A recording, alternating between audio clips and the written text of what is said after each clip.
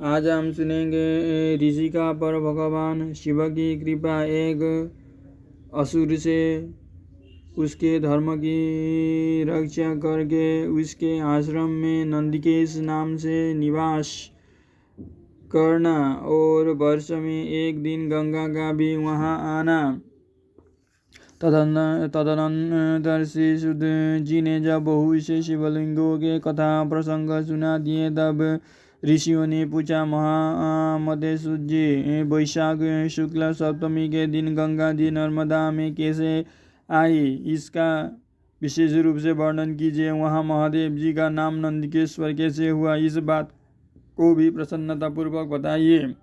सूची ने कहा, महर्षि एक ब्राह्मणी थी जिसका नाम ऋषिका था। वो किसी ब्राह्मण की पुत्री थी और एक ब्राह्मण को ही विधि पूर्वक ब्याही गई थी। विप्रवर यद्यपि वो द्विज पत्नी उत्तम व्रत का पालन करने वाली थी, तथापि आपने पूर्व जन्म के किसी अशुभ कर्म के प्रभाव से बाल वैधव्य को प्राप्त हो गई। तब वो ब्राह्मण पत्नी ब्रह्मचर्य व्रत के पालन में तत्पर हो पार्थिव पूजन पूर्वक अत्यंत कठोर तपस्या करने लगी।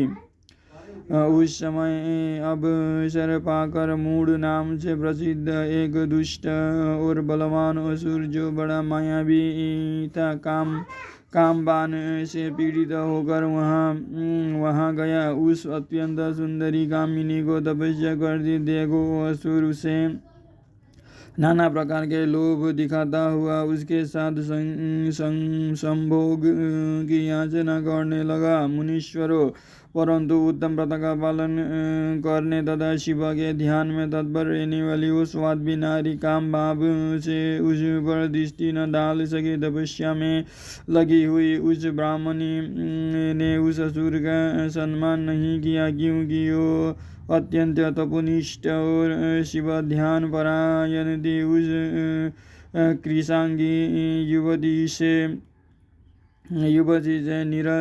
निरस्कृत हो उस दैत्यराज मूढ़ ने उसके ऊपर क्रोध प्रकट किया और फिर अपना विकट रूप उसे दिखाया।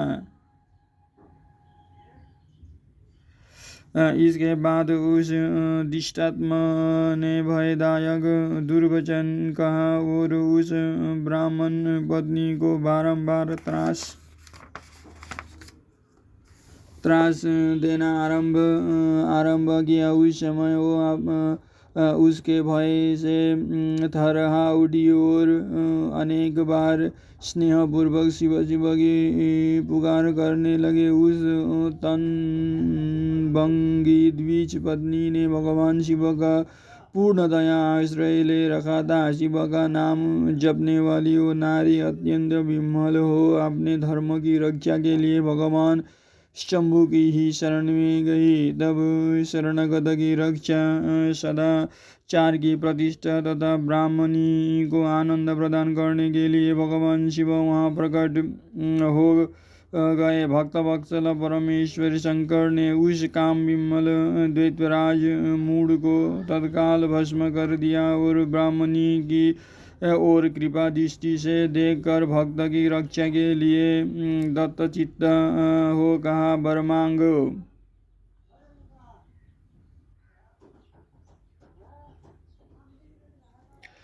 महेश्वर का यह वचन सुनकर उस साध्वी ब्राह्मण पत्नी ने उसके उस आनंदजनक मंगलमय स्वरूप का दर्शन किया। फिर सबको सुख देने वाले परमेश्वर शंभु को प्रणाम करके शुद्ध अंतःकरण वाली उस स्वात्मी ने हाथ जोड़ मस्तक झुकाकर उनकी स्तुति की। ऋषिका बोली, देवदेव महादेव, शरणगत वत्सल, आप दीन बंधु है, भक्तों की सदा रक्षा करने वाले ईश्वर है। आपके मूढ़ नामक असुर से मेरे धर्म की रक्षा की है, क्योंकि आपके द्वारा यह दुष्ट असुर मारा गया। ऐसा करके आपने संपूर्ण जगत की रक्षा की है। अब आप मुझे अपने चरणों की परम उत्तम एवं अनन्य भक्ति प्रदान कीजिए। नाथ, यही मेरे लिए ये वर है, इसके अधिक और क्या हो सकता है। प्रभु महेश्वर, मेरी दूसरी प्रार्थना भी सुनिए। आप लोगों के उपकार के लिए यहाँ सदा स्थित रहिए। महादेव जी ने कहा, ऋषि के तुम सदा चारिणी और विशेषतः मुझ में भक्ति रखने वाली हो। तुमने मुझसे जो जो वर मांगे हैं वे सब मैंने तुम्हें दे दिए। ब्राह्मणों, इसी बीच में श्री विष्णु और ब्रह्मा आदि देवता वहाँ भगवान शिव का आविर्भाव हुआ। जान हर्ष से भरे हुए आए और अत्यंत प्रेम पूर्वक शिव को प्रणाम करके उन सब ने उनका भली भांति पूजन किया। फिर शुद्ध हृदय से हाथ जोड़ मस्तक झुकाकर उनकी स्तुति भी की। इसी समय स्वाद भी देवनंदी गंगा उस ऋषिका से उसके भाग्य की सराहना करती हुई प्रसन्नचित्त हो बोली। गंगा ने कहा, ऋषि के वैशाख मास में एक दिन यहाँ रहने के लिए मुझे भी तुम्हें वचन देना चाहिए। उस दिन मैं भी इस तीर्थ में निवास करना चाहती हूँ। सुत जी कहते हैं, महर्षियों, गंगा जी की यह बात सुनकर उत्तम व्रत का पालन करने वाले सती साध्वी ऋषिका ने लोक हित के लिए प्रसन्नतापूर्वक कहा, बहुत अच्छा, ऐसा हो। भगवान शिव ऋषिका को आनंद प्रदान करने के लिए अत्यंत प्रसन्न हो उस पार्थिव लिंग में आपने पूर्ण अंश से विलीन हो गए। यह देख सब देवता आनंदित हो शिव तथा ऋषिका की प्रसन्न करने लगे और अपने धाम को चले गए।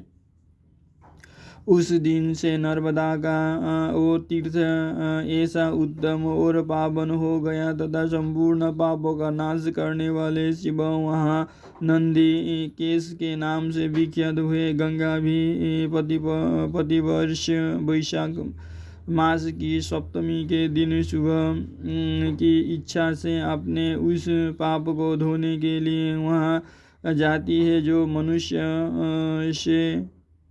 मनुष्यों से वे ग्रहण किया करती है।